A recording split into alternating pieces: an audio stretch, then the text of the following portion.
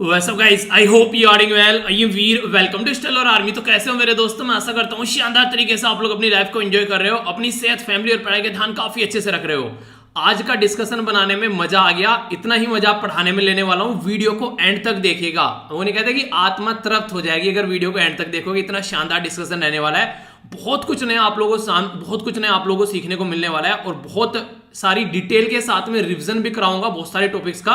तो जो भी अभी आप लोगों के पास में एग्जाम आ रहे हैं उसमें भी आप लोगों का मन लग जाएगा बिल्कुल कि यार ऐसे होना चाहिए, बिल्कुल ठीक है। तो यानी कि शानदार डिस्कशन रहेगा, अच्छे से एंजॉय कीजिएगा वीडियो को बिल्कुल एंड तक। बात बोली गई यहां पर, सबसे पहले बोला अगर जिंदगी में सुकून चाहते हो तो फोकस अपने काम पर करो, लोगों की बात पर नहीं। लोग आप लोगों को अलग अलग बातें बनाते हुए नजर आएंगे, हमेशा आप लोगों का फोकस जो है वो खराब करते हुए नजर आएंगे।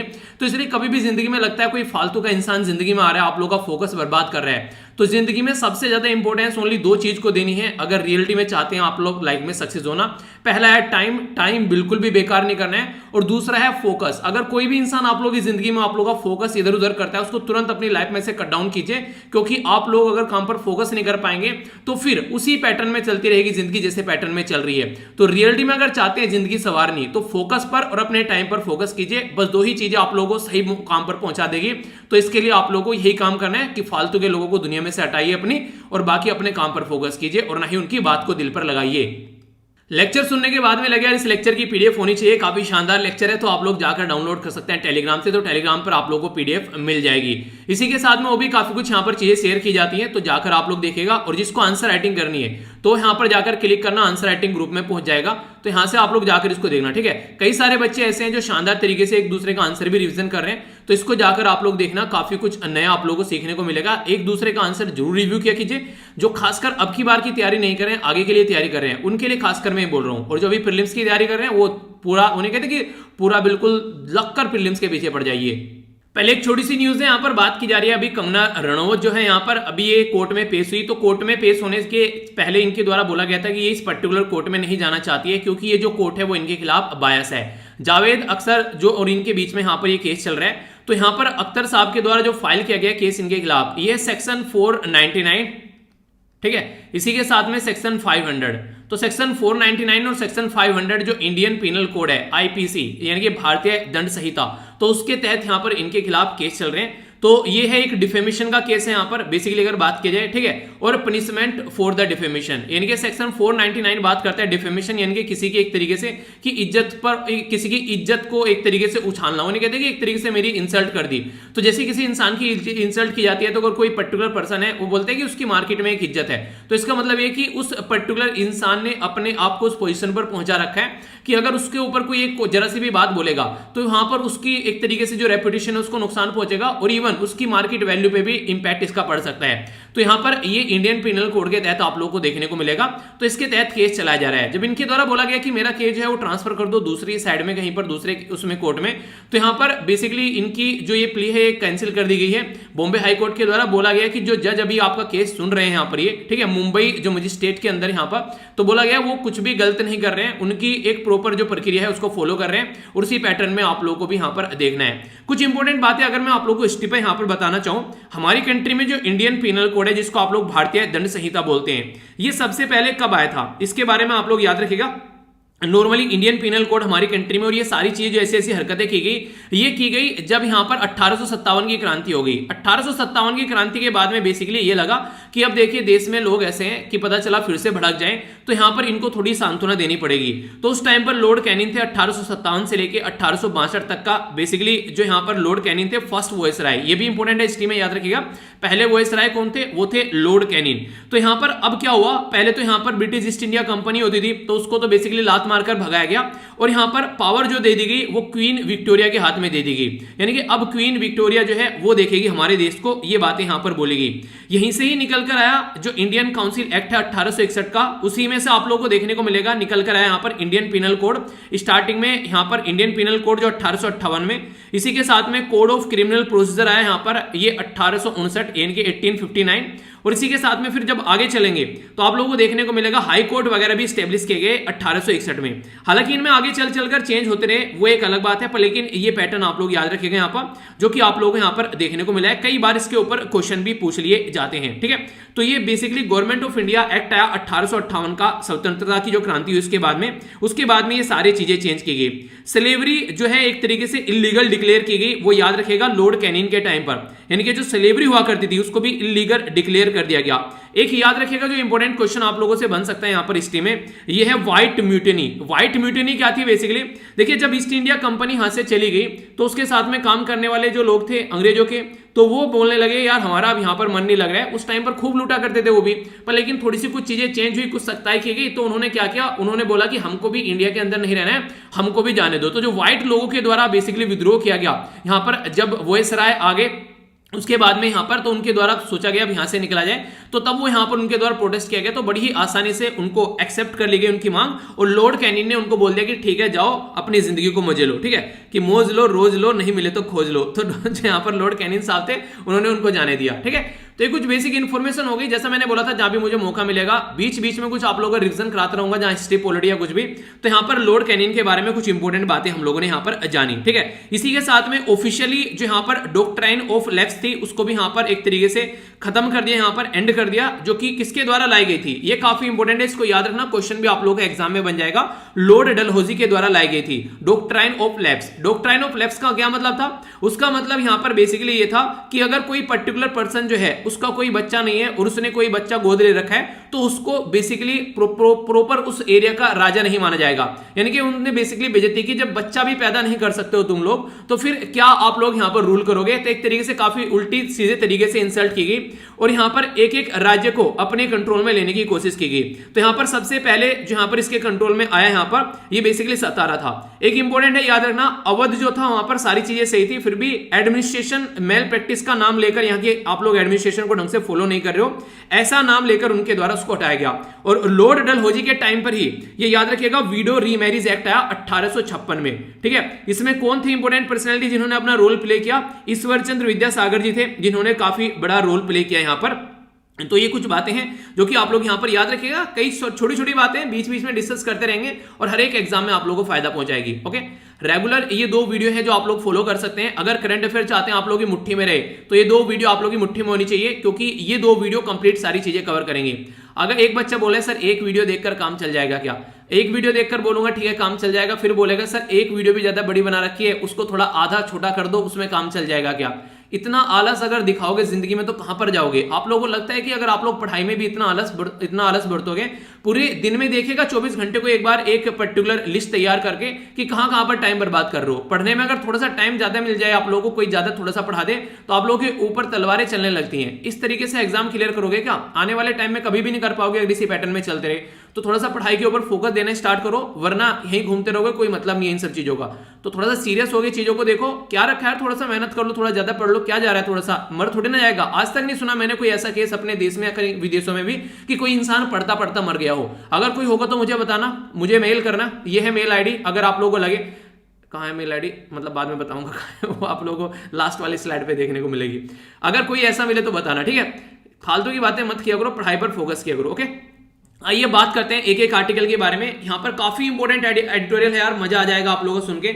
एक एक एडिटोरियल में इतनी डिटेल है कि एक एक एडिटोरियल में कई सारे आर्टिकल आप लोग कवर करता हूं मैं नजर आऊंगा, तो बहुत सारे टॉपिक आप लोग कवर होने वाले हैं, ठीक है। बैड बैंक क्या होता है, किस तरीके से क्या क्या कंडीशन है, बहुत सारी चीजें आप लोगों को बताऊंगा। कौन सी कमेटी है जिसके द्वारा यहाँ पर ये बातें बताई गई, प्रीलिम्स मेंस इंटरव्यू के पॉइंट ऑफ से हर तरीके से कवर करूंगा। आरबीआई का पेपर दे रहे हैं या फिर ईपीएफओ का, हर जगह फायदा पहुंचाएगा आप लोग, ये तो काफी डिटेल में इसके बारे में हम लोग डिस्कस करेंगे। इसके नीचे वाला जो आर्टिकल है यहाँ पर, ये एनआरसी के प्रोसीजर के बारे में बात कर रहे हैं, तो पूरा डिटेल में समझाऊंगा। एनआरसी क्या है यहाँ पर, फॉरेन ट्रिब्यूनल कैसे बनाए गए, क्या रीजन चल रहा है, अभी रिसेंटली न्यूज में क्या है। आज का one of the best article ये भी आप लोग बोल सकते हैं, यहाँ पर बेसिकली देखने को मिलेगा हमारी कंट्री में अभी ये नेशनल जो बेसिकली इंस्टीट्यूशनल जो रैंकिंग फ्रेमवर्क है, जिसको NIRF बोलते हैं, वो अभी तैयार किया गया। तो हमारी कंट्री में एजुकेशन सिस्टम की क्या व्यवस्था है, जो इसके अंदर है बातें, वो तो बताऊंगा ही बताऊंगा। कई सारी एक्स्ट्रा चीजें आप लोगों को जानने को मिलेगी, सुनकर मजा आ जाएगा। ईज ऑफ डूइंग बिजनेस के बारे में यहाँ पर बात कर रहे हैं। ईज ऑफ डूइंग बिजनेस के बारे में क्या बात की जा रही है समझेंगे, क्या क्या दिक्कत है उसके बारे में, वो भी उसके अंदर जानेंगे। तो कई सारी बातें आप लोग को जानने को मिलेगी। नीचे वाला आर्टिकल जो यहाँ पर ये मैरिटल रेप के बारे में बात कर रहा है, यानी कि अगर किसी महिला की शादी हो जाती है तो शादी के बाद में में क्या हस्बैंड को लाइसेंस मिल जाता है वो किसी भी तरीके से उस वुमेन को ट्रीट करेगा, तो ये बिल्कुल नहीं मिलता है। तो उसी के बारे में बेसिकली बात की जा रही है। मैक्सिमम ऐसे कई सारे केसेस अभी देखने को मिल रहे हैं, कई सारी महिलाओं ने अपने हस्बैंड के ऊपर आरोप लगाया कि उसके द्वारा रेप किया गया है। यानी कि एक फिजिकल रिलेशन बनाना एक प्रॉपर एक लव मेकिंग प्रोसीजर है, पर लेकिन उसको जबरदस्ती करना तो वो रेप की कैटेगरी में आ जाता है। तो ये हमारी कंट्री के अंदर बेसिकली ये माना जाता है कि एक लाइसेंस मिल जाता है अगर किसी पर्टिकुलर पर्सन की शादी हो रखी है, तो उसी के बारे में आर्टिकल है, इसके बारे में हम लोग जानेंगे। ये दोनों आर्टिकल जो है ये बेसिकली फोकस कर रहे हैं केरला के बारे में। केरला में भी एक टर्म काफी ज्यादा देखने को मिल रही थी जिसके बारे में यहां पर फोकस किया जा रहा है। आप लोग भी जानकर यहां पर थोड़े से आश्चर्यचकित होंगे कि आखिर चल क्या रहा है। यहां पर एक तरीके से ये जो टर्म यूज की जा रही है जिसके बारे में आप लोगों से बात करूंगा केरला के अंदर में, जैसे लव जिहाद आप लोगों ने सुना ना, इसी के नाम पर कई सारी उल्टी सीधी जो हरकतें यहां पर देखने को मिल रही है, तो उनके यहां पर जानेंगे। एक टर्म है जो मैं आप लोगों को चल आर्टिकल के अंदर ही मैं आप लोगों को समझाऊंगा उसके बारे में, ठीक है। इसी तरीके से मतलब एक नहीं सोसाइटी में एनिमिटी क्रिएट करने की कोशिश की जा रही है, तो ये भी एक अच्छा आर्टिकल है, इसके बारे में हम लोग जानेंगे। तो इंटरेस्टिंग, काफी शानदार, काफी प्यारा ताबड़तोड़ डिस्कशन रहेगा, अच्छे से सुनिएगा, सुनकर वीडियो के एंड तक मजा आ जाएगा, ठीक है। सबसे पहले जो मैं आर्टिकल यहां पर कवर करने वाला हूं ये आप लोगों के सामने आएगा, बेसिकली एजुकेशन के बारे में समझेंगे एक एक पॉइंट। जो रिपोर्ट है, अगर पूरी रिपोर्ट आप लोग डाउनलोड करना चाहते हैं तो यहां पर जा सकते हैं। ये आप लोग देखते हैं national institute of ranking framework की आप लोग यहां पर वेबसाइट देखने को मिल जाएगी। इस पर अगर थोड़ा सा नीचे जाएंगे तो यहां पर डालकर पूरी रिपोर्ट आप लोग देख सकते हैं, ठीक है। टोटल मिलाकर कितने पैरामीटर और क्या क्या चीजें सारी डिटेल में डिस्कस करूंगा। प्रीलिम्स में क्वेश्चन बनने के चांसेस हैं। रिपोर्ट अगर जाकर खोलोगे तो पढ़िएगा, मजा आएगा आप लोगों को, ठीक है। काफी अच्छे से किताब की तरीके से दिखाया गया है, देखना अभी आ रहा है ना देखकर मुझे जब मैंने इसको खोला मुझे काफी इंटरेस्टिंग लगा, मुझे लगा आके आप लोगों को दिखाऊंगा। मतलब बिल्कुल किताब की तरीके से आप लोग इसको यूज कर सकते हैं, ठीक है, इस तरीके से। तो सारी चीजें इसमें डिटेल में बताई गई हैं, तो आप लोग देखिएगा इसको। इसका लिंक जो है मैं टेलीग्राम पर प्रोवाइड करा दूंगा आप लोगों को, तो वहां से देख लेना। किसी को पढ़ना है अगर इसके बारे में, ठीक है, तो आप लोग जाकर पढ़ भी सकते हैं इसके बारे में क्या क्या चीजें इसके अंदर दे रखी है। पूरा ओवरव्यू मैं आप लोगों को यहाँ पर दूंगा, जिससे आप लोगों को एक मोटा मोटा ओवरव्यू लग जाएगा, ठीक है। ये सारी जो बातें यहाँ पर बता रखी है इसने काफी डिटेल में है। इतनी बड़ी रिपोर्ट तो नहीं पढ़ेंगे, इतना एनालिसिस नहीं करना है, पर जो इंपॉर्टेंट बातें हैं वो मैं सारी आप लोगों की कवर करने वाला हूँ, ठीक है। तो ये काफी प्यारी लगी मुझे जब मैंने देखा इसको, तो इसको आप लोग देख सकते हैं, लिंक प्रोवाइड करा दूंगा, डाउनलोड वगैरह कर लेना या फिर आप लोग जाकर पढ़ लेना। और यहाँ पर टाइमर भी है, अगर थोड़ा सा और नीचे आप लोग जाएंगे तो यहाँ पर टाइमर दे रखा है, यानी कि आप लोगों को पेज भी पलटने की जरूरत नहीं है, अपना आप पेज पलटता रहेगा। ऐसी वेबसाइट होनी चाहिए ऐसे बनाएंगे वेबसाइट, ठीक है। मुझे देख के बड़ा अच्छा लगा पर्सनली। चलिए अभी बात करते हैं, सबसे पहले इसके बारे में कुछ बेसिक इन्फॉर्मेशन जानेंगे, फिर आगे बढ़ेंगे। बेसिक इन्फॉर्मेशन क्या है? बेसिक इन्फॉर्मेशन है बेसिकली यहाँ पर नेशनल इंस्टीट्यूट रैंकिंग फ्रेमवर्क। अगर पूछ ले आप लोगों से कौन सी मिनिस्ट्री यहाँ पर तैयार करती है, तो मिनिस्ट्री ऑफ एजुकेशन यहाँ पर इसको तैयार करती है। Point number 1। पॉइंट नंबर 2 यहां पर आप लोगों को देखने को मिलेगा कब इसको तैयार किया गया था। सबसे पहले तो इसको बेसिकली डेवलप किया गया था 2015 में। तो यहां पर उस टाइम पर मिनिस्ट्री का नाम एजुकेशन मिनिस्ट्री नहीं हुआ करता था हमारे देश में। मिनिस्ट्री को किसी और नाम से पुकारते थे, वो क्या था, उसको बोलते थे ministry of human resource and development. तो ये इंपॉर्टेंट पॉइंट है। नेक्स्ट इंपॉर्टेंट पॉइंट यहां पर यह कि 11 कैटेगरी में अभी यहां पर हमारी कंट्री में जो इंस्टीट्यूशन है उनको डिवाइड किया गया है। तो यहां पर जो पहली ये रैंकिंग तैयार की गई थी यहां पर, ये आप लोगों को देखने को मिली थी 2016 में, ठीक है। तो 2016 में आई, 17 में आई, 18 में आई, 19 में आई, 20 में आई, ठीक है। अभी 21 में आई, तो 21 में कौन से नंबर की होगी? छठी होगी। तो ये भी इंपॉर्टेंट क्वेश्चन बन जाएगा कि अभी रिसेंटली 2021 में कि जो यहाँ पर NIRF की जो रैंकिंग है वो कौन से नंबर की है, तो ये छठे नंबर की रैंकिंग आप लोगों को देखने को मिलेगी। स्टार्टिंग में जब ओरिजिनली स्टार्ट किया गया तो 4 कैटेगरी थी, 2017 में 2 और ऐड कर दिया गया, इसके अंदर फिर 6 कैटेगरी हो गई। 2020 में आके इसमें डेंटल नया ऐड किया गया, तो टोटल मिलाकर 10 कैटेगरी होगी। 2021 में एक और कैटेगरी ऐड कर दी जिसको रिसर्च बोलते हैं। तो कौन कौन सी कैटेगरी है जिसमें इंस्टीट्यूशन को डिवाइड किया था? Engineering, university, management, pharmacy, medical, architecture, law, overall देखेंगे, कॉलेज, डेंटल, और इसी के साथ में यह है यहाँ पर रिसर्च। तो इस तरीके से यहाँ पर इनको डिवाइड किया गया है। तो इंपॉर्टेंट बात क्या है यहाँ पर आज के डेट में पूछे तो 11 कैटेगरी में इनको डिवाइड कर दिया गया है, जिसके बेस पर यहाँ पर आप लोगों को चीजें देखने को मिलेगी। ये जो 11 कैटेगरी में इनको डिवाइड किया गया है, आप लोगों को अलग अलग कैटेगरी में क्वेश्चन वैसे पूछा जा सकता है नॉर्मल तरीके से देखा जाए तो। यहाँ पर अगर ओवरऑल की कैटेगरी में आप लोगों से पूछे सबसे टॉप पर कौन है, तो IIT मद्रास जो है यहाँ पर वो पहली रैंकिंग आप लोगों को देखने को मिलेगी, चेन्नई के अंदर में है। Indian institute of science Bengaluru के अंदर है दूसरे नंबर पर। Indian institute of technology Bombay तीसरे नंबर पर है। Indian institute of science Delhi चौथे नंबर पर है, और इंडियन इंस्टीट्यूट ऑफ कानपुर ये 5वें नंबर पर है। तो इस तरीके से ये इंस्टीट्यूशन आप लोगों को यहाँ पर देखने को मिलेंगे। तो इसके बारे में बेसिक आप लोग याद रखिएगा, क्वेश्चन बन जाए तो कंफ्यूजन आप लोगों को नहीं होना चाहिए। बेसिकली अगर बात करें यहाँ पर अभी जो रिसेंटली जो रैंकिंग ऐड की गई है, जैसे डेंटल की ऐड की गई है और रिसर्च की ऐड की गई है, अभी नई रैंकिंग यहाँ पर, ठीक है। तो यहाँ पर टॉप नंबर पर कौन है? Indian institute of science Bangalore हो गया और Indian institute of Madras Chennai हो गया। यहाँ पर कौन है? मणिपाल है। ये इंपॉर्टेंट क्वेश्चन आप लोगों से बन सकता है, ठीक है। तो मणिपाल जो है यहाँ पर basically Manipal college of dental, तो यहाँ पर यह उडुपी, ठीक है। तो ये आप लोगों को देखने को मिलेगा। उडुपी कहां पर है पता है आप लोगों को? ये छोटी छोटी बातें भी नहीं पता तो फिर देखो थोड़ा सा सीरियस हो जाओ, जानो इनके बारे में, जो भी पॉइंट नहीं पता है इसको बताइए। चलिए आप बताइए, देखता हूं कहां पर कौन कौन बताता है, ठीक है। अगर टोटल मिलाकर मैं आप लोगों को सब में टॉप कौन है अगर बताऊं, ओवरऑल में आईआईटी मद्रास हो गया, इसमें यहां पर यूनिवर्सिटी में आईएससी बेंगलोर हो गया, रिसर्च इंस्टीट्यूट में आईएससी बेंगलोर हो गया, कॉलेज में यहां पर मिरांडा कॉलेज हो गया, इसी के साथ में इंजीनियरिंग में यहां पर आईआईटी मद्रास आप लोगों को देखने को मिलेगा। अगर मैनेजमेंट में बात करें तो आईआईटी जो यहां पर मैनेजमेंट अहमदाबाद देखने को मिलेगा, मेडिकल में ऑल इंडिया इंस्टीट्यूट जो मेडिकल साइंस दिल्ली हो गया, फार्मेसी में यहां पर ये बेसिकली जामिया हमदर्द ये आप लोगों को देखने को मिलेगा, आर्किटेक्चर में आईआईटी रुड़की हो गया, लॉ के अंदर national law of school university Bangalore के अंदर हो गया और डेंटल में ये मणिपाल। तो हर एक कैटेगरी में टॉप इंस्टीट्यूशन मैंने आप लोगों को बता दिया। तो क्वेश्चन अगर बन जाए तो कंफ्यूज मत होना।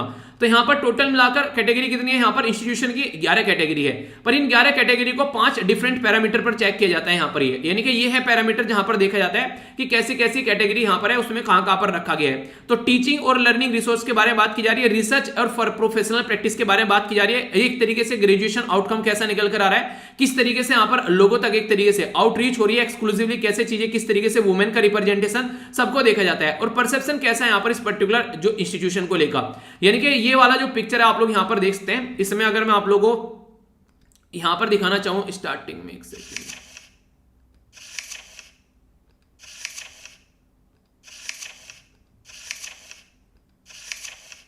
ये वाला, ठीक है। तो यहां पर आप लोग देखते हैं, तो इसमें यहां पर चीजों को बताया गया है इसके बारे में कि किस तरीके से टीचिंग और लर्निंग के बारे में बात की जा रही है। तो क्या क्या चीजें यहां पर, तो स्टूडेंट स्ट्रेंथ कैसी है यहां पर, फैकल्टी किस तरीके से रेशियो है, यानी कितने टीचर हैं यहां पर, पता चला टीचर ही नहीं है ढंग से, ठीक है। तो इस तरीके की चीजें देखने को मिलेगी।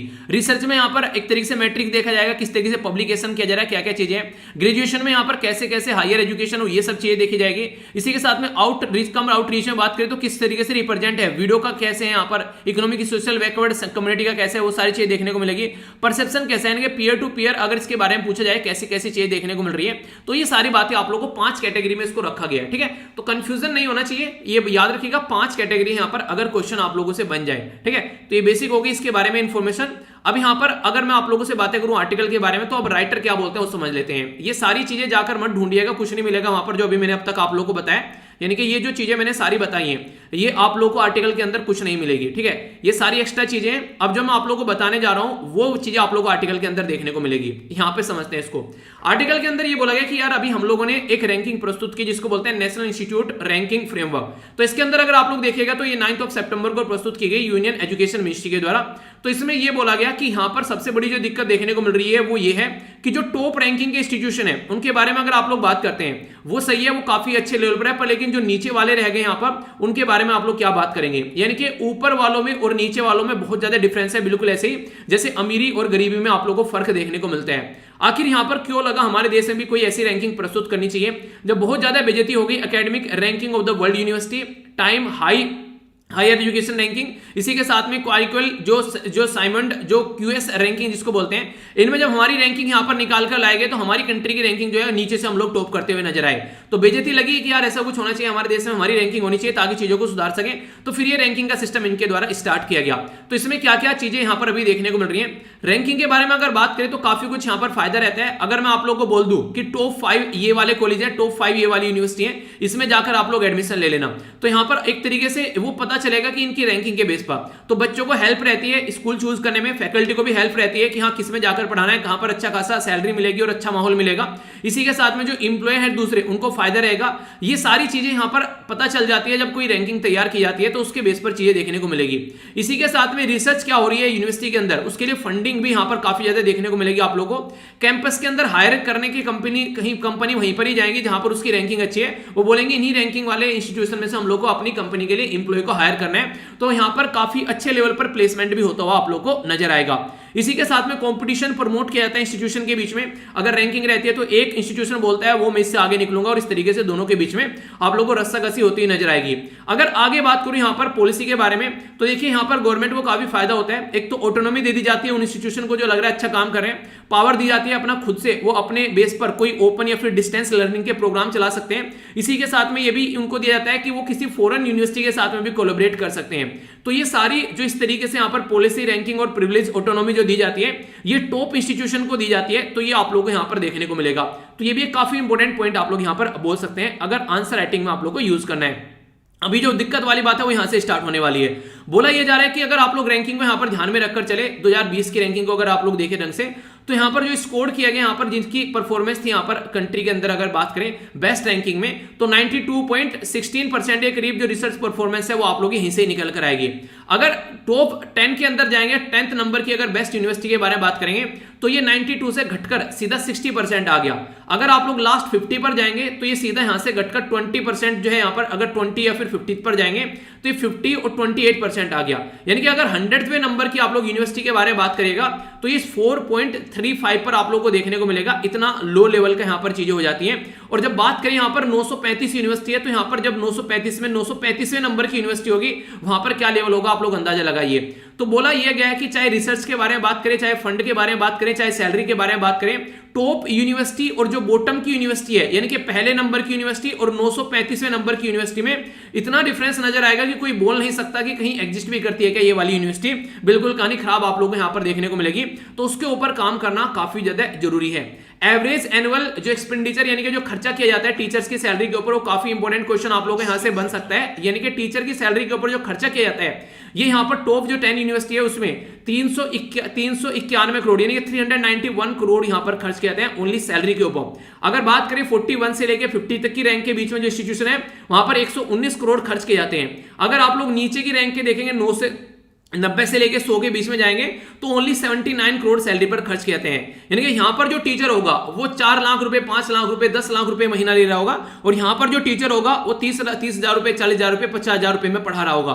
तो इतना डिफरेंस आप लोग यहां पर टीचर की सैलरी में भी आप लोग यहां पर देखने को मिलेगा, या फिर जो स्टाफ की सैलरी है उसमें देखने को मिलेगा। तो ये बातें बोली गई है। नेक्स्ट इंपोर्टेंट बात बोली गई कि रिसर्च स्कॉलर, जहां हाई अच्छी यूनिवर्सिटी है वहां पर आप लोगों को पीएचडी करने वाले, जो रिसर्च करने वाले काफी सारे लोग देखने को मिलेंगे। तो टॉप 10 यूनिवर्सिटी में लगभग यहां पर 2627 यानी कि 2627 के करीब लोग आप लोगों को नजर आ जाएंगे जो कि रिसर्च स्कॉलर देखने को मिलेंगे। बाकी अगर 41 से लेके 50 की रेंज में आप लोग यूनिवर्सिटी के अंदर जाएंगे तो यहां पर ओनली 1000 हो गए, यानी कि आधी कैटेगरी में आ गए, तो आधे पीएचडी देखने को मिलेंगे यहां पर जो उसके कंपेयर में। जब आप लोग नीचे जाएंगे बिल्कुल यहां पर बॉटम 10 में, तो वहां पर कई बोला गया कि note more than 165 research scholar, यानी कि वहां पर कहानी खत्म हो जाती है, कोई रिसर्च करता हुआ नजर ही नहीं आ रहा है। तो इस तरीके से अगर आप लोग देखिए फंडिंग और फैकल्टी अगर आप लोग काउंट कर दो पैरामीटर भी चलते हैं तो रैंकिंग में काफी ज्यादा डिफरेंस आप लोग को नजर आ जाएगा। अगर ढंग से आप लोग लेकर चलोगे तो ही चीजें यहां पर सुधरती हुई नजर आएंगी। और बहुत सारी फैक्चुअल इंफॉर्मेशन है जो आप लोग के काम की नहीं है, जो काम की चीजें हैं मैंने आप लोग को बता दी। बाकी एक इनमें क्या क्या पैरामीटर होते हैं उसके पैरामीटर को उसके साथ में कंपेयर करके वो सारी बोल बच्चन गिरी की गई है, वो काम की नहीं है। जो एग्जाम में क्वेश्चन बनेगा वो मैंने आप लोग को बता दिया। तो हर तरीके से अगर बेसिक कोई भी इंफॉर्मेशन कंफ्यूजन में हो तो अब आप लोगों को बिल्कुल क्लियर हो जाना चाहिए। बाकी थोड़ा सा फैक्चुअल इंफॉर्मेशन है, जैसे कि टॉप कुछ यूनिवर्सिटी के कोच रैंकिंग के कुछ नाम याद कर लेना जिनसे क्वेश्चन बनने के चांसेस हो जाते हैं, ठीक है। तो काफी इंपॉर्टेंट टॉपिक था, इसके बारे में हम लोगों ने बात की। अब चलेंगे नेक्स्ट आर्टिकल की ओर। ये जो आर्टिकल है ये बैड बैंक के बारे में बात कर रहा है। तो बैड बैंक मतलब गंदा बैंक, जहां पर आप लोग जाएंगे तो धूल मिट्टी जमी हुई नजर आएगी, काफी ज्यादा गंदगी नजर आएगी। ऐसा कुछ है क्या? नहीं भाई साहब, ऐसा कुछ नहीं है, ठीक है।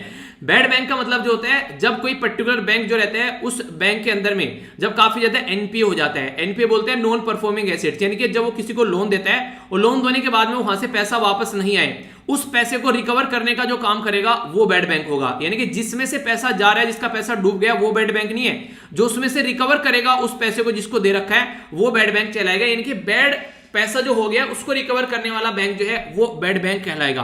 इसके लिए इंपॉर्टेंट जो क्वेश्चन आप लोगों का प्रीलिम्स से बन सकता है, केवी कामत कमेटी का नाम याद रखेगा। केवी कामत कमेटी के द्वारा यह बोला गया कि कोविड-19 के चलते बहुत सारे लोगों के द्वारा रिसेंटली अभी बैंक से लोन लिए गए, पर लेकिन खस्ता हालत इतनी हो चुकी है, बहुत सारे बिजनेसमैन, बहुत सारे अलग अलग एरिया में काम करने वाले, अलग अलग कंपनीज, अलग अलग एरिया में जो भी यहाँ पर आज के डेट में कनेक्टेड है, वो सब लोन तो ले रहे हैं, पर लेकिन ऐसी की कोई गारंटी नहीं है कि कोविड-19 के चलते आगे आने वाले टाइम में कोई भी यहाँ पर पैसा रिटर्न कर पाएगा। क्योंकि जिन्होंने पहले पैसा लिया था, मान लीजिए कोविड-19 से पहले पैसा ले लिया सबने, दुनिया भर का, कोविड-19 में बिजनेस बिल्कुल बर्बाद हो गया, अब वो पैसा थोड़ी ना पे कर पाएंगे। तो एक तरीके से बैड बैंक को बोला गया स्टैब्लिश किया जाए ताकि यहां से उसको रिकवर किया जाए, वरना इकोनॉमी को काफी ज्यादा खस्ता हालत में आप लोग जाते हुए नजर पाएंगे। ठीक है, तो इसी के चलते यहां पर क्वेश्चन भी है, बेसिकली बात की जा रही है कि एक तरीके से गारंटीज फॉर बैड बैंक में हेल्प लेंडर, यानी कि जो लैंड कर रहे हैं, यानी कि जो बैंक है उनको हेल्प कर सकती है, बट नोट सफाइज, यानी कि काफी नहीं है टू फिक्स द लेंडर वो, यानी कि जो इनकी टेंशन है, जो इनकी चिंता है, जो समस्या है, उसको कम करने के लिए बैड बैंक ओनली काफी नहीं है। अब बैड बैंक काफी क्यों नहीं है उसके बारे में मैं आप लोगों से बात करूंगा,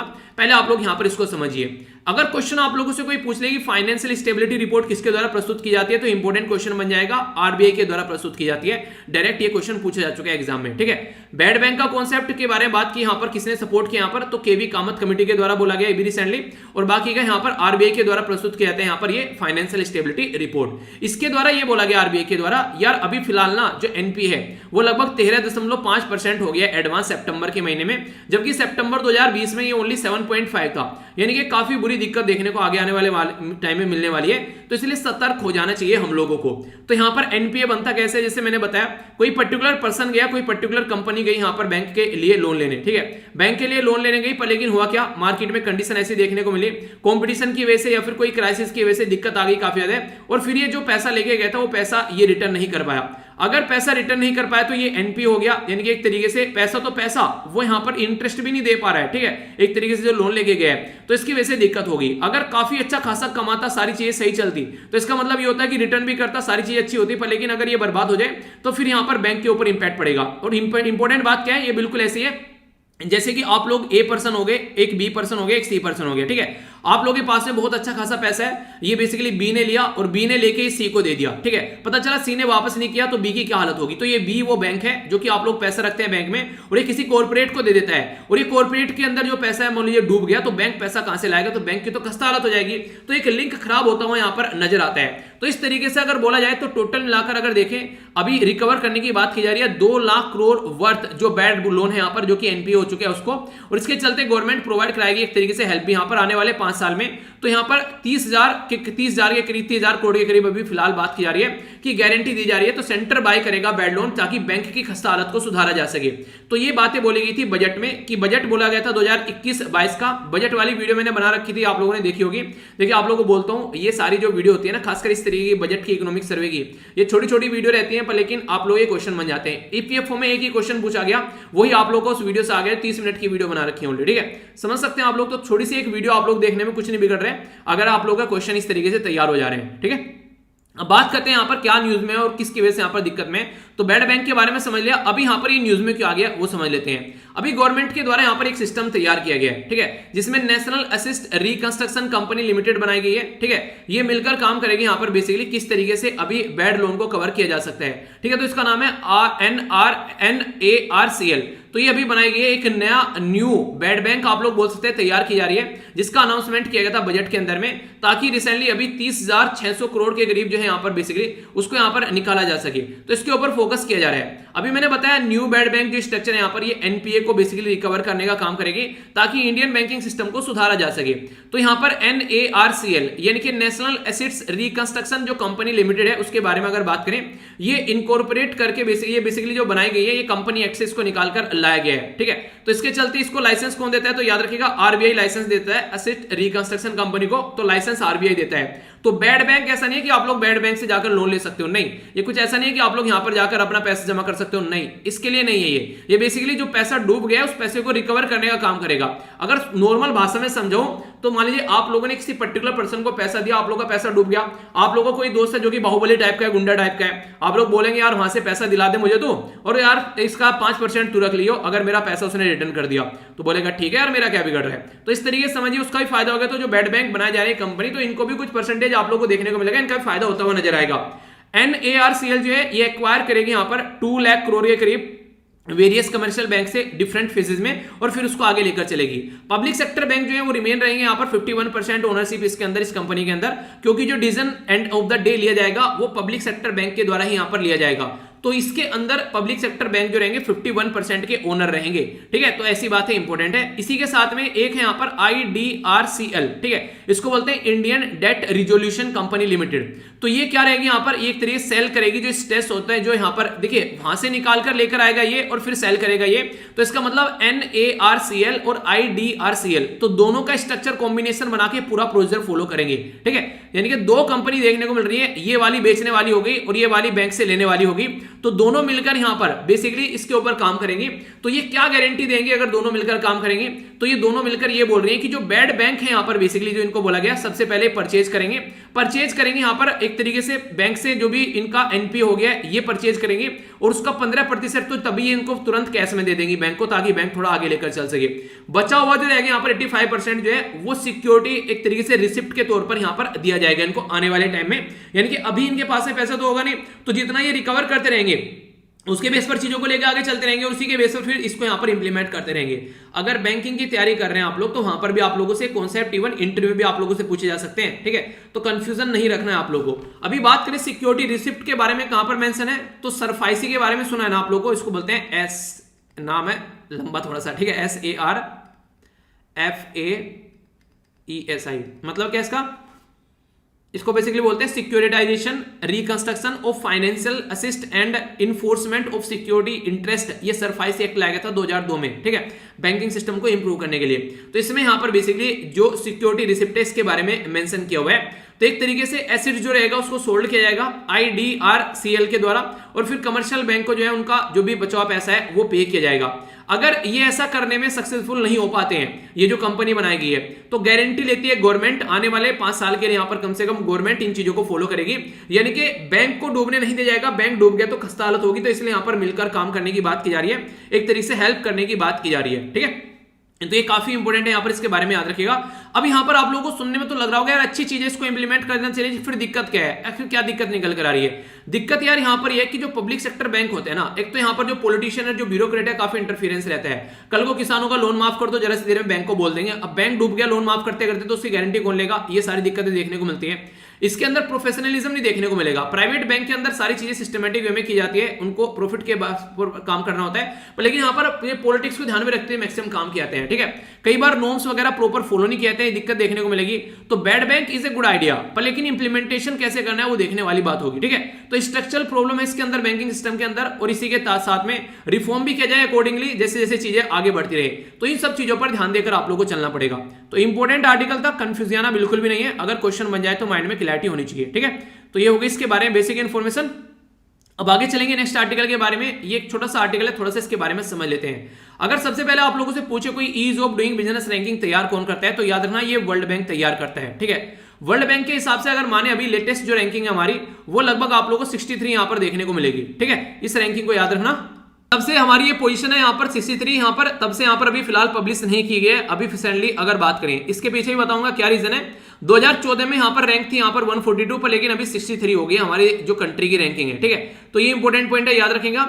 टोटल मिलाकर कितने पैरामीटर इसके अंदर होते हैं, ये क्वेश्चन पूछा जा चुका है एग्जाम में, अगर प्रीलिम्स के पेपर उठाकर आप लोगों ने देखा होगा तो 10 पैरामीटर आप लोगों को यहाँ पर देखने को मिलेंगे। स्टार्ट बिजनेस करना क्या आसान है इस देश के अंदर में, कंस्ट्रक्शन का परमिट लेना क्या आसान है, इलेक्ट्रिसिटी का परमिट लेना क्या आसान है, प्रॉपर्टी को रजिस्टर करना क्या आसान है, अगर कोई पैसा लेना है लोन क्रेडिट लेना क्या वो कोई आसान है, अगर कोई छोटा मोटा इन्वेस्टर है क्या उसको भी देखा जाता है, टैक्स पे करने का प्रोसीजर क्या है, किस तरीके से अक्रॉस द बॉर्डर ट्रेड किया जाता है, इन्फोर्समेंट कैसे होता है जो कॉन्ट्रैक्ट साइन किया गया है, अगर दिक्कत हो जाती है इन सब चीजों में उसको रिजोल्व कैसे किया जाता है। ये 10 पैरामीटर जिसके बेस पर देखा जाता है ease of doing business ranking को। यानी कि ये 10 पैरामीटर अगर ढंग के हैं तो कंट्री अच्छा परफॉर्म कर रही है, वहां पर बिजनेस करना आसान होगा। इसमें अगर अभी रिसेंटली अगर आप लोग देखें यहाँ पर तो कंस्ट्रक्शन परमिट के ऊपर हमारी रैंकिंग जो थी वो अच्छी खासी देखने को मिली, मतलब ठीक थी, ठीक है। इलेक्ट्रिसिटी के बारे में बात करें तो रैंकिंग अच्छी थी हमारी। अगर रिजोल्व के बारे में बात करें इंसॉल्वेंसी को, वो भी एक अच्छी थी। पे टैक्स के बारे में बात करें अच्छा था, स्टार्टिंग बिजनेस के बारे में और ट्रेडिंग अक्रॉस द बॉर्डर ये सही था। यानी कि ये 10 में से 6 जो थे एरिया काफी अच्छे हमारे देश के देखने को मिले।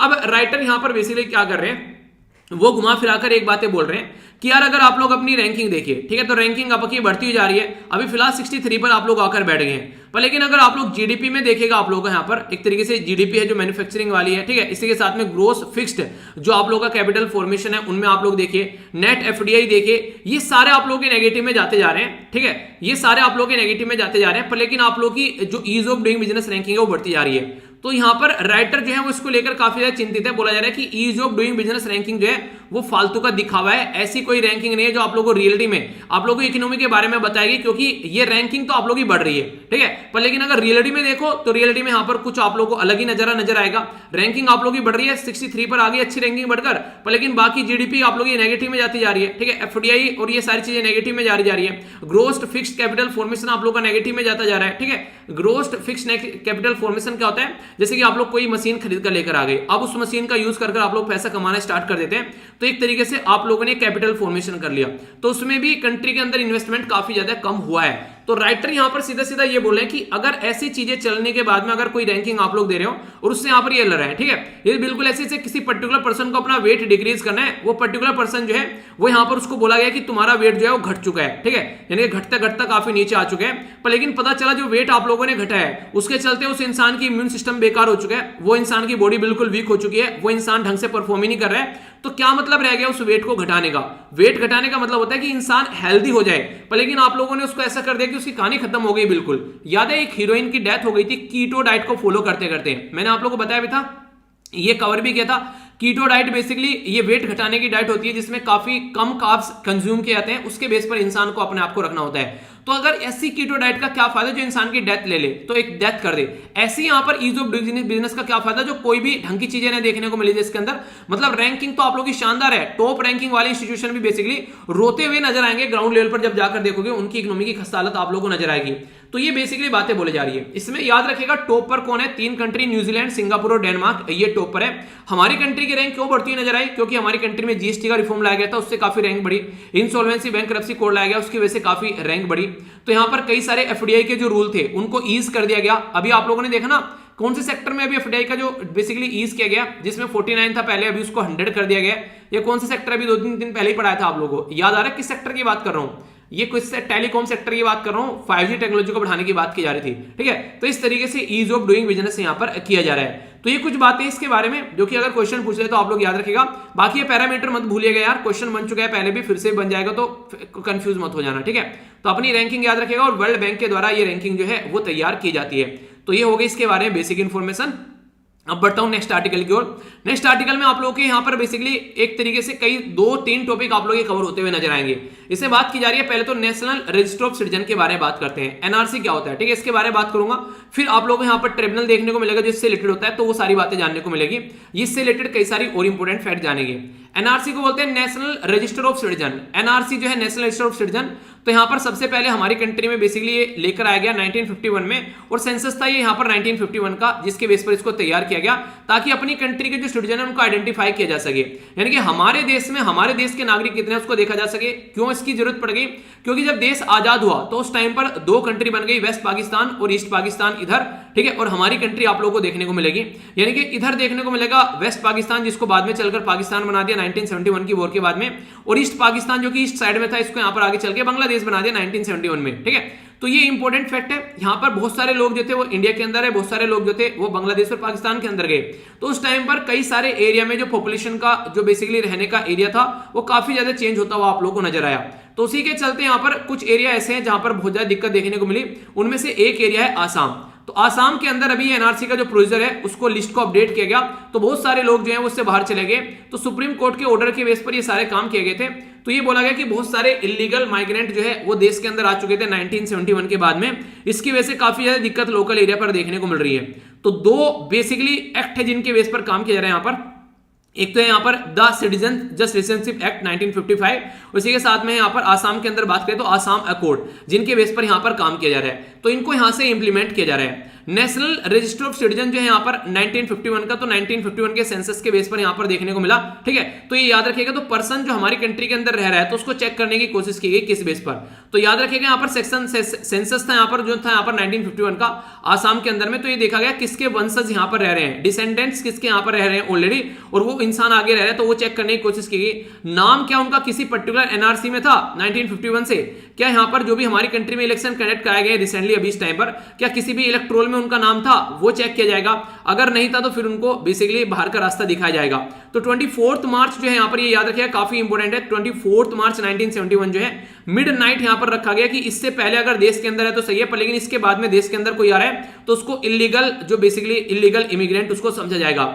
एलिजिबिलिटी क्राइटेरिया क्या रखा गया कि कोई भी पर्सन जो है यहाँ पर बेसिकली कुछ तो डॉक्यूमेंट रखे गए। डॉक्यूमेंट देखिए आप लोग यहाँ पर बर्थ सर्टिफिकेट होना चाहिए, कोई एलआईसी वाला होना चाहिए, कोई रिफ्यूजी का सर्टिफिकेट, लैंड प्रॉपर्टी टेनेंसी कोई रिकॉर्ड, इसी के साथ में सिटीजन यहाँ पर सिटीजनशिप सर्टिफिकेट, पासपोर्ट कोई ऐसा गवर्नमेंट का डॉक्यूमेंट, परमानेंट रेजिडेंट सर्टिफिकेट या फिर government employ certificate, educational certificate, court का कोई रिकॉर्ड, कुछ भी ऐसा यहाँ पर होना चाहिए जिसके बेस पर दिखाया जा सके कि ये देश के अंदर रहता है। तो एनआरसी जो है नेशनल रजिस्टर ऑफ सिटीजन जो है ये बेसिकली पर्सन को देखना है यहाँ पर कि किस तरीके से लेकर चलना है। तो any person who name appear, जिसका नाम जो है वो अपीयर हुआ है, उसका नाम यहाँ पर एनआरसी में 1972 में। ठीक है, इलेक्ट्रोल में यहाँ पर अगर 1971 से पहले तो उसको यहाँ पर अलाउ किया जाएगा। इसी के साथ में यहाँ पर central government with foreigner registration regional officer के तहत बात करें और नोट कंसिडर इलीगल, यानी कि इस पर्टिकुलर अगर बात करें जो हमारी कंट्री का ये पर्टिकुलर जो बेसिकली रूल है इसके तहत इनको इलीगल न करार दिया जाए तो वहां पर इंडिया का सिटीजन माना जाएगा।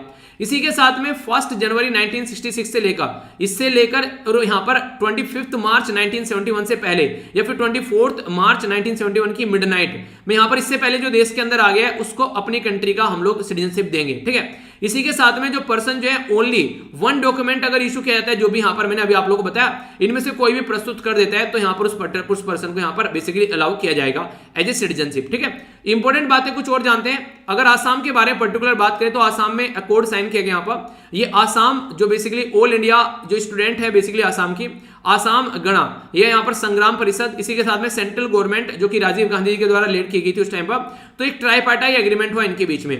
तो आसाम के अंदर क्या बातें निकाल कर लाई गई, तो इनके अंदर कुछ इंपॉर्टेंट पॉइंट है। देखिए आसाम क्यों है पर्टिकुलर फोकस में, अगर आप लोग मैप यहाँ पर देखोगे तो बांग्लादेश के आसपास में आसाम देखने को मिलेगा, तो काफी लार्ज स्केल पर लोगों ने यहां से माइग्रेट कर यहाँ पर गए। तो ये छोटी छोटी बातें यार मैप बेस्ड क्वेश्चन भी आप लोगों से बन जाते हैं। तो बोला यहाँ पर ये जा रहा है कि आज की डेट में अगर बात करिए तो यहाँ पर ये 3 अकॉर्ड साइन किए गए। बोला 1951 से लेकर 1961 तक जो लोग आए उनको सिटीजनशिप दी जाएगी। आगे जो भी सारे लोग आए यहाँ पर इसके बाद में 1961 से 71 तक उनको वोटिंग राइट नहीं दिया जाएगा, बस सिटीजनशिप दी जाएगी। और जो 1971 के बाहर में आया उसको तो डिपोर्ट कर दिया जाएगा उसके देश में, उसको देश के अंदर अलाउ नहीं किया जाएगा। तो ये बातें देखने को मिली, पर लेकिन ये आसान नहीं था, कई सारी डिफिकल्टीज यहाँ पर देखने को मिली जिसके बारे में बात करेंगे। आसाम अकॉर्ड जो था यहाँ पर, इसके चलते कई सारे लोगों की जान गई, कई सारे लोगों को बेसिकली यहाँ पर एक तरीके से घर से बेघर हुए, मोब के द्वारा अटैक किया गया। तो यहाँ पर एक एनजीओ जिसका नाम है यहाँ पर आसाम पब्लिक वर्क्स, ठीक है, तो उसके द्वारा सुप्रीम कोर्ट में पहुंचा गया 2009 में। तो यहाँ पर आइडेंटिफाई और डिपोर्ट करने की बात की गई इलीगल बांग्लादेशी को अपने देश में से, और इसी के साथ में यहाँ पर जो डिलीट करने की बात की गई उनका नाम वोटर लिस्ट के अंदर अगर डाल दिया गया है। तो ये यहाँ पर सुप्रीम कोर्ट के अंदर जब केस पहुंचा तो 2013 में सुप्रीम कोर्ट के द्वारा ऑर्डर पास किया गया इंप्लीमेंट करने के लिए, बेसिकली कंप्लीट करने के लिए कि जो एनआरसी है उसको कंप्लीट किया जाए, यहाँ पर अपडेट किया जाए 2017 तक का। फिर चीजें आगे चली और सुप्रीम कोर्ट के अंडर में सारी चीजें रही। तो सिटीजनशिप एक्ट 1955 और सिटीजनशिप जो registration of the citizen issue जो issue of the national identity card rule 2003, तो इसके हिसाब से फिर उनको बेसिकली आइडेंटिटी वगैरह प्रोवाइड कराने की बात की गई। तो ये थी यहाँ पर इसके बारे में बात है। पर लेकिन कंट्रोवर्सी में क्यों गिर गया ये? कंट्रोवर्सी में इसलिए गिर गया क्योंकि इसको ये बोला गया ये गलत तरीके से तैयार किया गया है। 31 अगस्त 2019 में 10 बजे सुबह जब कंप्लीट किया गया एनआरसी, ठीक है, 1951 का एनआरसी अपडेट किया गया, तो उसमें यहाँ पर ही देखने को मिलेगा एक एमएलए यानी कि जो एक विधायक साहब थे यहाँ पर, जो कि all India United democratic front, उनको भी यहाँ पर इस पर्टिकुलर लिस्ट से बाहर रख दिया गया, यानी कि उनको भी बोला गया ये इलीगल पर्सन है। तो यानी कि नेता तक यहाँ पर इसके अंदर इलीगल तरीके से देखे गए। तो कंट्रोवर्सी काफी ज्यादा क्रिएट हो गई। इसी के साथ में थाउजेंड्स ऑफ जो जेन्युइन इंडियन है बोला गया उनको बाहर निकाल दिया गया, बंगाली हिंदू को बाहर निकाल दिया गया, इलीगल फॉरेनर को यहाँ पर देश के अंदर इंक्लूड कर लिया गया। इसी के साथ में स्टेट के जो बंगाली ओरिजिन के मुस्लिम है उनको अलग निकालकर फेंका गया। तो ये सारी बातें देखने को मिली। जब यहाँ पर रीवेरिफिकेशन के लिए ड्राफ्ट के लिए यहाँ पर गया तो रिजेक्ट कर देगा सुप्रीम कोर्ट के द्वारा कि यहाँ पर कब तक इसको देखते रहेंगे। तो यहाँ पर ये चीजें तो फिर से अभी बात की जा रही है कि इसके ऊपर थोड़ा सा नजर डालना चाहिए। ओके, इंपॉर्टेंट है यहाँ पर। अब कुछ बातें यहाँ पर फॉरेनर जो ट्रिब्यूनल होता है ये डिसाइड करता है, अगर यहाँ पर उसको बाहर निकाल दिया गया एनआरसी से तो इंसान यहाँ पर जाएगा, वो चेक करेगा कि भाई साहब मुझे यहाँ पर हक मिलना चाहिए रहने का या फिर मुझे निकाला जाएगा।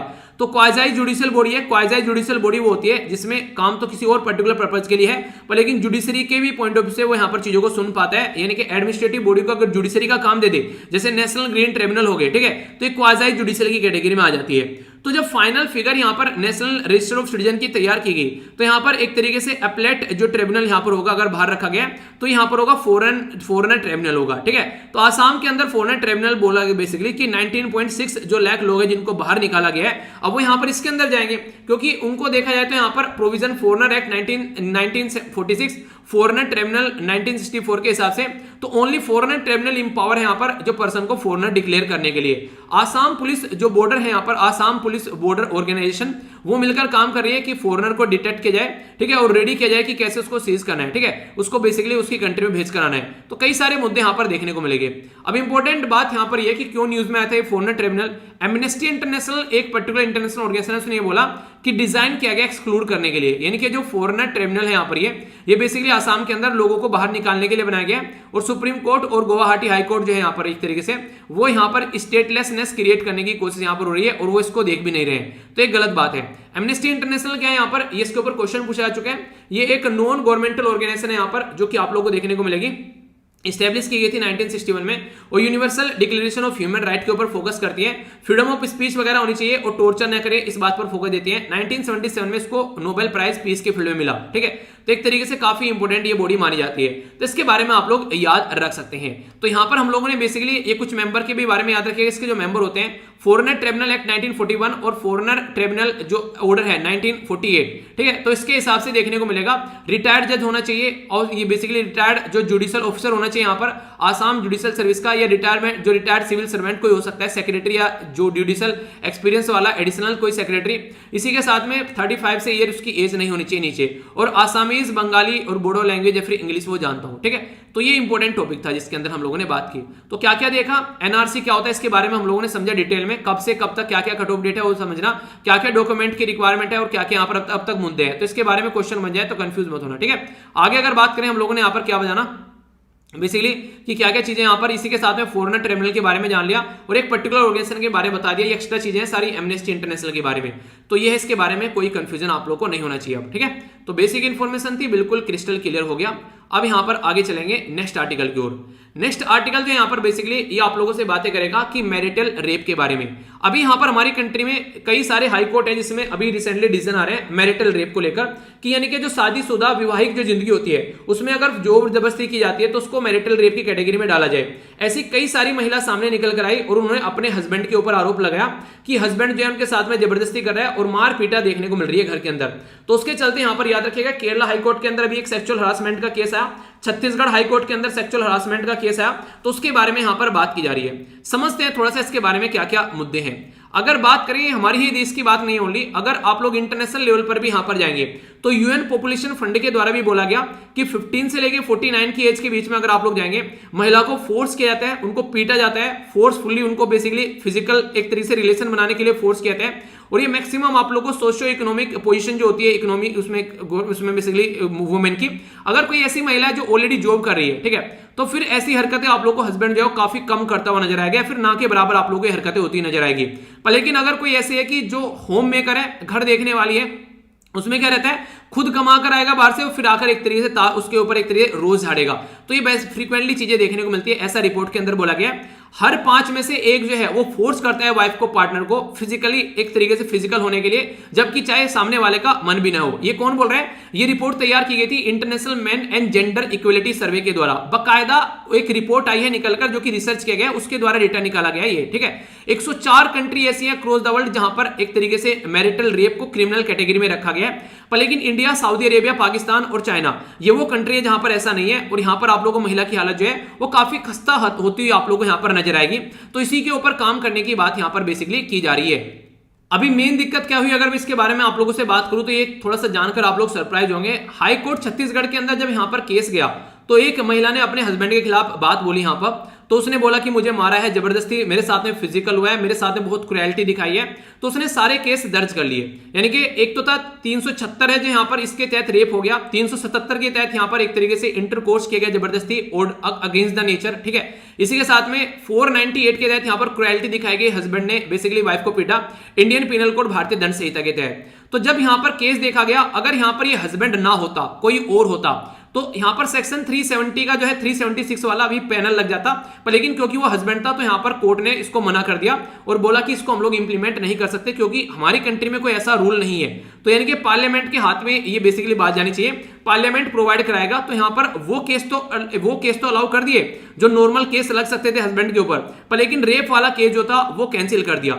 यहां पर प्रोवाइड किया जाता है कि अगर वाइफ जो है वो 18 साल से अगर ऊपर नीचे की है तो यहां पर रेप की कैटेगरी में उसको माना जाता है, पर लेकिन 18 साल से ऊपर की हो चुकी है तो रेप की कैटेगरी में नहीं आता है। तो बोला क्या जाता है कि यार इस तरीके से अगर आप लोग लेकर चले तो राइट टू लाइफ आता है आर्टिकल 21 के तहत, तो इंसान की राइट टू लाइफ आप लोग खतरे में डाल रहे हैं, ठीक है। तो एक तरीके से ये जो सेक्शन है आप लोगों का 375 जो हो गया इंडियन पिनल कोड का, ये बेसिकली आर्टिकल जो फंडामेंटल राइट है आर्टिकल 21 का हनन कर रहे हैं यहाँ पर, जो महिलाओं को हक नहीं दे रहा है। क्वेश्चन बन जाएगा जरा सी देर में एग्जाम में याद रखना, ठीक है। इसी के साथ में राइट टू इक्वलिटी का भी हनन करें। राइट टू इक्वलिटी के बारे में अगर आप लोग बात करिएगा, कोई पर्टिकुलर एक ऐसी औरत कोई एक ऐसी पर्टिकुलर लड़की जिसकी शादी नहीं हुई है, अगर उसके साथ में कुछ इस तरीके से कोई गलत इस तरीके की हरकत देखने को मिलती है तो सारे रूल और रेगुलेशन आप लोग उसके लिए अवेलेबल करा दे रहे हैं। पर लेकिन अगर सेम चीजें अगर किसी मैरिड वुमेन के साथ में हो रही है तो आप लोग उनको हक ही नहीं दे रहे हैं। तो एक तरीके से इसका मतलब तो आप लोग ये कह रहे हैं कि डायरेक्ट की महिलाओं को की शादी नहीं करनी चाहिए, लड़कियों को कि शादी के बाद में तो जबरदस्ती होनी स्टार्ट हो जाती है हर तरीके से।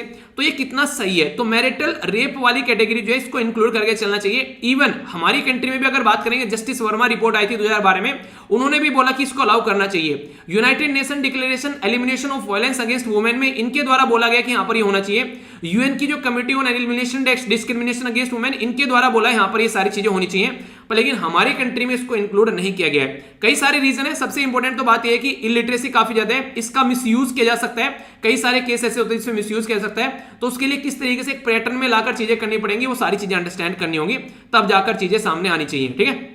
तो ये बातें जिसके बारे में आप लोग याद रख सकते हैं। बाकी एक जो आर्टिकल है यहां पर इसके बारे में बता देता हूं। अभी एक काफी ज्यादा न्यूज में थी, नारकोटिक जिहाद बोला गया। नारकोटिक जिहाद एक शब्द यूज किया गया बेसिकली यहां पर अभी केरला के अंदर में, जो केरला के अंदर जो बेसिकली यहां पर चर्च के अंदर जो पुजारी रहते हैं उनके द्वारा। तो यहां पर जब ये शब्द यूज किया गया नारकोटिक जिहाद, तो काफी ज्यादा कंट्रोवर्सी क्रिएट हो गई। तो इसके चलते केरला के अंदर अशांति फैलती यहां पर नजर आई। तो केरला जो है साउथ इंडिया में राज्य जो कि कर्नाटक और तमिलनाडु को टच करता है। तो बोला यहां पर यह गया, जैसे लव जिहाद का वर्ड यूज किया है कि कोई मुस्लिम लड़का जो है वो हिंदू लड़की से शादी करता है और शादी के नाम पर फिर उसको मुस्लिम कम्युनिटी में कन्वर्ट करा लेता है उसका रिलीजन, तो इसको लव जिहाद की कैटेगरी में रखा गया। पर लेकिन जब यहां पर नारकोटिक जिहाद की बात करते हैं तो ये बोला गया कि जो मुस्लिम कम्युनिटी के जो लड़के हैं वो नॉन मुस्लिम कम्युनिटी के लड़के को क्या कर रहे हैं, वो बेसिकली नशे की लत लगवा रहे हैं। ये बातें यहां पर बोली गई। तो इसकी वजह से काफी ज्यादा कंट्रोवर्सी यहां पर क्रिएट हो गई कि रिलीजन के बीच में एनिमिटी क्रिएट करने की कोशिश यहां पर की जा रही है। ऐसी कई सारी बातें देखने को मिली। केरला में जहां पर ऑलरेडी निफा वायरस है, केरला में जहां पर ऑलरेडी कोरोना वायरस है, केरला में जहां पर ऑलरेडी रिसेंटली अभी बाढ़ आ चुकी है 2 बार, केरला में जहां पर लैंडस्लाइड काफी ज्यादा देखने को मिल रही है, केरला जो ऑलरेडी बहुत सारी प्रॉब्लम से नेचुरल डिजास्टर से जूझ रहा है, उसी केरला के अंदर अगर सोसाइटी को इस तरीके से देखा जाएगा तो और भी आग लग जाएगी। ऑलरेडी बहुत सारी दिक्कतें यहां पर देखने को मिल रही हैं। तो कम से कम इन मुद्दों से हम लोग को डिस्टेंस बनाकर रखनी चाहिए। ये बातें यहां पर बोली गई इसके अंदर में, ठीक है। तो इंपॉर्टेंट है, हल्का सा आइडियाज के बारे में आप लोग रख सकते हैं। क्वेश्चन बन जाए तो कंफ्यूजन आप लोग को नहीं होना चाहिए, ठीक है। ये बातें बोली गई है। अब यहां पर जो बातें करूंगा ये प्रीलिम्स के फैक्ट के बारे में बातें करेंगे। अभी बोला जा रहा है कि हमारी कंट्री से कई सारी कंट्री में एक्सपोर्ट करने वाले मेडिसिन, इंपॉर्टेंट फैक्ट है जो बताने वाला हूं, ध्यान रखिएगा, ठीक है। ये तो ठीक है एक्सपोर्ट करेंगे, तो वैक्सीन मैत्री प्रोग्राम यहां पर स्टार्ट किया गया था, ठीक है। तो वो सारी चीजें कि आसपास वाले जो देश है उनको दवाई प्रोवाइड कराने के लिए हमारी कंट्री में वैक्सीन मैत्री प्रोग्राम स्टार्ट किया गया, जिसमें Bangladesh, Morocco, UK, Nigeria, Brazil, बहुत सारी कंट्री को हम लोगों ने वैक्सीन प्रोवाइड कराई। तो हम लोगों ने बंद कर दिया था जब हमारी कंट्री में काफी ज्यादा केसेस आने स्टार्ट हुए, फिर से उसको स्टार्ट किया गया, ठीक है। तो इंपॉर्टेंट क्वेश्चन आप लोगों से यहां पर क्या है बेसिकली याद रखिएगा। इंटरपोल के बारे में बात की जा रही है। इंटरपोल के द्वारा ऑपरेशन पेंजिया चलाया गया था, इसको ऑपरेशन पेंजिया 14 बोला गया, जिसमें क्या किया गया बेसिकली कि जो भी इलीगल तरीके से जो दवाइयां बेची जा रही हैं, ठीक है, ऑनलाइन खरीदी जा रही है वेबसाइट पर, जो नकली फेक दवाइयां हैं, तो उसको चेक करने की इसके द्वारा बात की गई। तो ऑपरेशन पेंजिया किसका है? इंटरपोल का है। यहां पर 2008 में चीजें स्टार्ट की गई थी, ठीक है। एक इसी तरीके से ऑपरेशन थंडर के बारे में याद रखेगा, ये 2020 में देखने को मिला, 113 कंट्री के अंदर चीजें सामने निकल कर आई कि $20 बिलियन का पर ईयर यहां पर व्यापार होता है वाइल्ड लाइफ के लिए। वो वाइल्ड लाइफ जिनको बोलते हैं CITES यानी कि convention on international trade and endangered species wild life wild flora and fauna. समझ में नहीं आया, समझाता हूं। जो भी पेड़ पौधे और फूल पत्तियां होती हैं या फिर जीव जंतु होते हैं उनको इलीगल तरीके से उनका व्यापार किया जाए, जबकि ये पर्टिकुलर कन्वेंशन के तहत बोला गया इनका व्यापार नहीं होना है। तो इलीगल अगर व्यापार हो रहा है तो थंडर यहां पर ऑपरेशन लाया गया इसको बेसिकली इंप्लीमेंट करने के लिए कि इन्वायरमेंटल क्राइम को देखा जाए।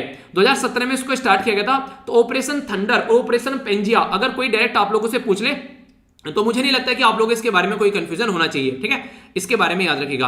अभी नए जो चीफ मिनिस्टर यहां पर आ गए हैं इनके बारे में आप लोग याद रखिएगा। पंजाब के नए चीफ मिनिस्टर बन गए यहां पर, ठीक है। तो यहां पर इनका नाम है बेसिकली चिरंजीत सिंह चैनी, ठीक है, तो इनका नाम याद रखेगा। अभी फिलहाल जो है नवजोत सिंह सिद्धू और यहां पर जो अमरिंदर सिंह थे उनके बीच में काफी रस्साकसी देखने को मिल रही थी, तो इनको यहां पर सपोर्ट किया जा रहा है काफी लार्ज स्केल पर। कोई नहीं पूछने वाला है, क्वेश्चन बनेगा यहां से आर्टिकल 163, आर्टिकल 164 और आर्टिकल 167 इंपॉर्टेंट आर्टिकल है, याद रखना। गवर्नर होता है हर एक राज्य के अंदर, तो उसको एडवाइस देने के लिए चीफ मिनिस्टर होना चाहिए और उसकी काउंसिल ऑफ मिनिस्टर होना चाहिए। आर्टिकल 163 बोलता है। आर्टिकल 164 बोलता है गवर्नर अपॉइंटमेंट करेगा चीफ मिनिस्टर की। जब कोई चीफ मिनिस्टर अपॉइंटमेंट हो जाएगा उसके बाद में उसको हेल्प करने के लिए यहां पर बेसिकली काउंसिल ऑफ मिनिस्टर आएगी और ये मिलकर यहां पर गवर्नर को एडवाइस करेंगे। तीसरे आर्टिकल में यहां पर यह बोला गया है कि जो भी एडमिनिस्ट्रेटिव डिसीजन होंगे यहां पर काउंसिल ऑफ मिनिस्टर के बीच में, तो यहां पर तो क्या करेगा चीफ मिनिस्टर जाकर उनको गवर्नर को बताएगा कि ऐसा कुछ हो रहा है, क्योंकि सारे काम गवर्नर के नाम पे किए जाते हैं। तो ये बेसिक इंफॉर्मेशन है, कोई कंफ्यूजन आप लोगों के माइंड में नहीं होना चाहिए, ठीक है।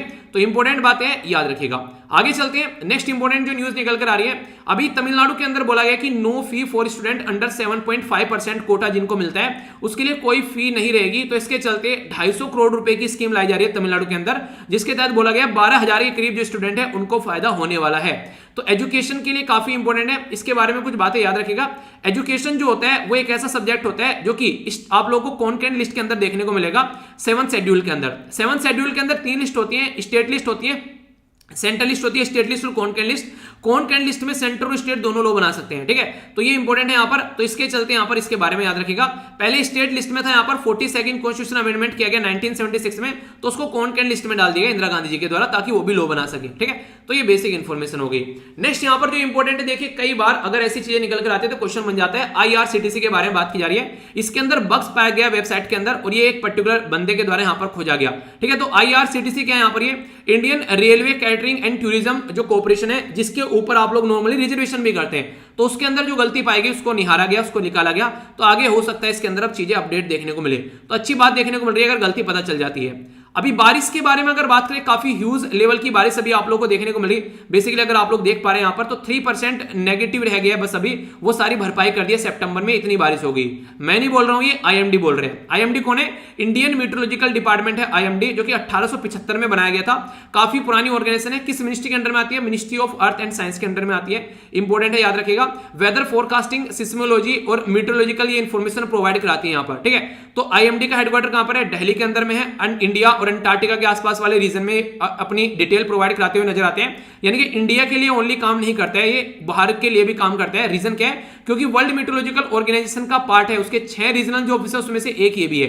तो मलक्का स्टेट हो गया या अरेबियन सी हो गया, पर्शियन गल्फ, तो वहां तक का ये इंफॉर्मेशन प्रोवाइड कराता है। ओके, आगे बात करते हैं। बंगाल के अंदर जो दंगे हुए थे इलेक्शन से पहले, उसके बारे में बात की जा रही है। तो यहां पर इसको सुना जाएगा केस को सितंबर 28 को, तो ये बातें यहां पर की जा रही है। हाई कोर्ट के द्वारा ट्रांसफर किया गया था इन्वेस्टिगेशन के लिए CBI को केस, तो इसके ऊपर जो भी कार्रवाई होगी वो देखने को मिलेगी आगे आने वाले टाइम में। जीरो सीज फायर वायलेशन देखने को मिल रहा है LOC में, ये बोला गया है आर्मी के द्वारा, तो अच्छी बात देखने को मिल रही है। LOC के बारे में अगर आप लोग बात करेंगे तो लाइन ऑफ कंट्रोल आप लोग इसको बोलते हैं। दोनों में कंफ्यूज मत होना, लाइन ऑफ एक्चुअल कंट्रोल है इंडिया और चाइना के बीच में, लाइन ऑफ कंट्रोल है इंडिया और बेसिकली पाकिस्तान के बीच में। तो लगभग यहां पर ये 776 किलोमीटर की ये लाइन देखने को मिलेगी, जो कि union territory Jammu and Kashmir के अंदर नजर आएगी, ठीक है। ये इंपॉर्टेंट है। तो इंडिया का जो पार्ट है बेसिकली आप लोग यहां पर देख सकते हैं, सदर्न और ईस्टर्न पार्ट जो है LOC का, ठीक है। तो जम्मू एंड कश्मीर के अंदर ये लगभग 45% जो एरिया आप लोग को देखने को मिलेगा तो इंडियन पार्ट में है, ठीक है। तो यहां पर ये इसके चलते ये बेसिकली इंफॉर्मेशन है, हल्का सा आइडिया आप लोग रख सकते हैं। आगे अगर बात करें, उत्तर प्रदेश के अंदर एक गर्ल का रेप किया गया और फिर जो वीडियो थी वो सोशल मीडिया पर वायरल कर दी गई। ये यहाँ पर काफी बुरी दुर्घटना यहाँ पर देखने को मिली बेसिकली मुजफ्फरनगर में, उत्तर प्रदेश के अंदर। ये वही मुजफ्फरनगर है जहां पर 2013 में दंगे हुए थे यहाँ पर इन्हीं सब इशू को लेकर, और 2014 में इलेक्शन भी थे, तो वो सारी चीजें यहाँ पर देखने को मिली। तो ये ऐसी हरकतें काफी एक घटना हरकत बोल सकते हैं। इसके बारे में बात करें तो हमारी कंट्री में बैन है वॉच करना एक तरीके से, यहां पर बेसिकली पोर्न जो होती है, पोर्नोग्राफी होती है। सुप्रीम कोर्ट के द्वारा बोला गया यहां पर डिपार्टमेंट ऑफ टेलीकम्युनिकेशन को, तो इंफॉर्मेशन टेक्नोलॉजी जो 2002 का जो रूल है वो पनिशेबल ऑफेंस बताता है चाइल्ड पोर्नोग्राफी वाले कंटेंट को। तो ये इसके बारे में याद रखिएगा। जो कुंदरा पकड़ा गया था ना अभी, उसी के रिलेटेड आप लोगों ने चीजें देखी, तो वो भी यहीं से कनेक्ट होकर आती है। ठीक है, तो बेसिक इंफॉर्मेशन है, कंफ्यूजन नहीं होना चाहिए। आगे बात करते हैं, पीएम और बाइडेन जो है वो बायलैटरल टॉक कर रहे हैं क्वाड को लेकर। ठीक है, तो क्वाड को लेकर पहले बायलैटरल बातें कर रहे हैं आपस में, उसके बाद में फिर यहां पर इनकी मीटिंग आगे होगी।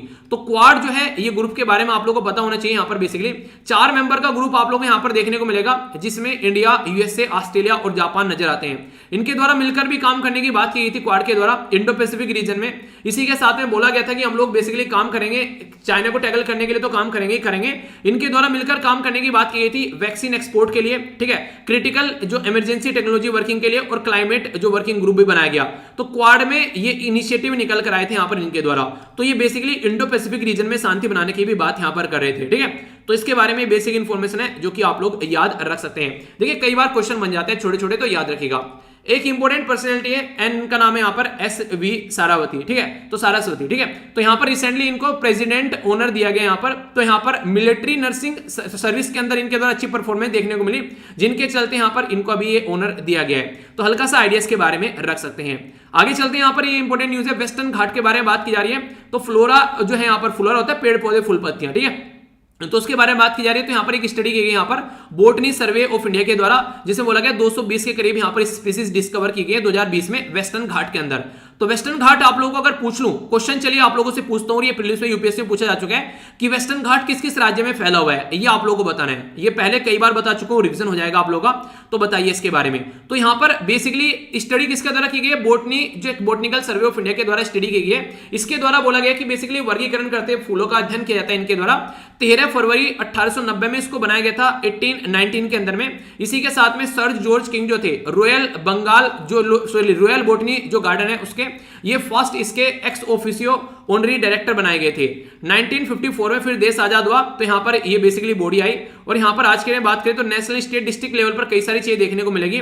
कई सारे प्राइमरी फंक्शन है यहां पर ये डेटा प्रस्तुत करने का भी, और आइडेंटिफाई करते हैं थ्रेटन जो लिस्टेड जो स्पीसीज है ताकि उनको बचाया जा सके। तो ये मिनिस्ट्री ऑफ जो हमारा environment and forest climate change के अंदर आप लोगों को देखने को मिलेगा। तो ये बेसिक इंफॉर्मेशन है, इसके बारे में कोई कंफ्यूजन आप लोगों को नहीं होना चाहिए। तो ये था आज का टोटल डिस्कशन। देख लेते हैं क्या क्या हम लोगों ने डिस्कस किया ताकि आप लोग थोड़ा सा रिवाइज कर सकें। सबसे पहले मैंने हिस्ट्री का पोर्शन आप लोगों को बताया, तो कोई कंफ्यूजन आप लोगों के माइंड में नहीं होना चाहिए। पूरा ओवरव्यू दिया लेक्चर का, तो ये देखने को मिला।